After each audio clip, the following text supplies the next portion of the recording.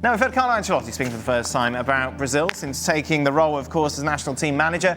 My Brazil will play like Real Madrid, but not like the Real Madrid this year. Brilliant. Rather like Real Madrid last year. It's the best national team in the world. That's not just my opinion. It's the 5 stars on their shirts. No other national team can match them. Now I've got the challenge of winning the 6th. I fully accept the challenge of bringing the 6th World Cup to Brazil, but to do so we need the whole country to be behind us. Gustavo Hofman joins us. Gustavo, I'm amazed how much coverage this has had in Brazil and really around the world. This appointment has kind of eclipsed anything that Vinicius Jr. has done or Neymar this year. It's all about Ancelotti, isn't it? Yes, it is. Hello, everyone. Well, the expectation with the arrival of Carlo Ancelotti in Brazil is very, very high. So people in Brazil are counting the days for the first match. For the first match of Brazil with Carlo Ancelotti will be against Ecuador. It's a very tough match in Ecuador. So we had already the call-up of the players, no Neymar, with Vinicius Jr., the return of Casemiro. So the expectations is also to see what team will Carlo Ancelotti line up against Ecuador and then Paraguay in São Paulo. That's the main question now. He said that Brazil will play like his Real Madrid, but not the last Real Madrid, the Real Madrid from the last season. So let's see. He said some weeks ago, not a long time ago, that his main his favorite tactical nowadays is the 4-4-2 formation. Let's see if he will line up Brazil in a 4-4-2 formation with Vinicius ahead, with Richarlison probably, Rafinha on the right flank, maybe with 3 midfielders. Let's see what Carlo Ancelotti thinks about the next Brazil. Gustavo, it's interesting. He says that he wants them to play like Madrid from 2 years ago, that of course won the Champions League and La Liga. Does he have the personnel, though, to do that? Well, I think that he has a lot of quality with the Brazilian players. Yes, Brazil is missing some players, some important players, but I think that with the players that he has now, Ancelotti, of course, has the capacity to make this team a very good team. And I think that in personal, talking about people, I think that the Brazilian players are good enough to have, a good team. As I said, I think that, for example, if you're going to play in a 4-4-2 formation, you're going to have Vinicius and Richarlison ahead, Rafinha on the right flank, with Casemiro back, for sure he's going to be a starter, probably with Bruno Guimarães on the midfield. Then let's see if he decides for Gabriel Martinelli on the left flank or one more midfielder. The defense, we have Marquinhos, who's going to play tomorrow the final in the Champions League. He called Alexandre from Lille. He had played a very good season in France this season. So Alisson will be the goalkeeper. I still think that we have some problems on both fullbacks. On the right, Wanderson had a good season with Monaco, and the other one is Wesley, is a very young kid from Flamengo. On the left, Alexandro, who has already been in Europe for some years, and now is playing for Flamengo, and Carlos Augusto, who's going to also play the Champions League final tomorrow. So let's see, but I think that Brazil still has a very good squad. I don't know, Gustavo. I think you're being very optimistic. You've got Richarlison, who can't get in the Spurs team. We know how bad they've been, and Casemiro's 100 years old.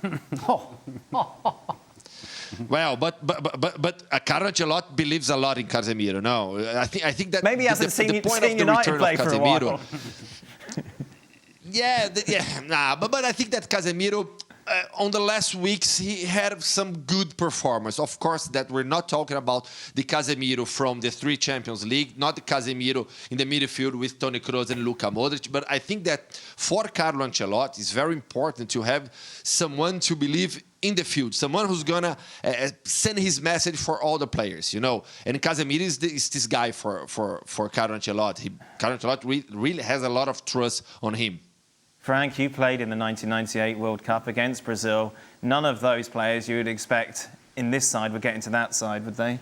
No, of course not. And that's the thing, because, Ancelotti is saying Brazil is the best team in the world. Yes, in the history of football, yes, Brazil is the best team in the world, but in the past. And not the recent past. Yes, Casemiro was the best midfielder in the world, but not in the present time, in the past as well. So we are talking about the present and the future of Ancelotti and Brazil team. Brazilian team. So yes, of course, everybody would love to have those players in their disposals. But at the end of the day, you have to find the chemistry. That's what the former coaches didn't find with all the players that they had. They couldn't find the chemistry. They couldn't find a way to work. We're talking about '98. Aimé Jacquet found a way to find players playing like in a club. I just remind you that Cantona and Ginola, for example, weren't with us. And there was maybe a reason why they weren't with us. Well, you hate Ginola, so that's a good No, start. I don't.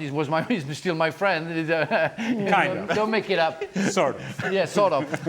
But don't make it up. But you need to find people who are willing to play together and sacrifice. And if they're on the bench, it's not really a problem because they believe that the people on the field are going to do it. And if they come, it's not a problem because the people, they're going to trust them. That's the chemistry I'm talking about. Right now, what I see is individuals, and we don't find the chemistry in between. They don't find that they want to work together. That's the main problem and the main concern that Brazil had right now. You think of the stars that you played against, from Venezuela against Brazil, you know, men against boys. They were so much better than you. The team just full of so much quality. Thank you for the reminder. I knew full well. But while I now was Carlo playing against Ancelotti is saying the right things, singing from the right hymn sheet. But in reality, there is such a golfing class to what we normally what we grew up with, and normally associate with Brazil. No, and it's a fair point. And look, let's not forget that we're five World Cups removed from their last World Cup win in 2002.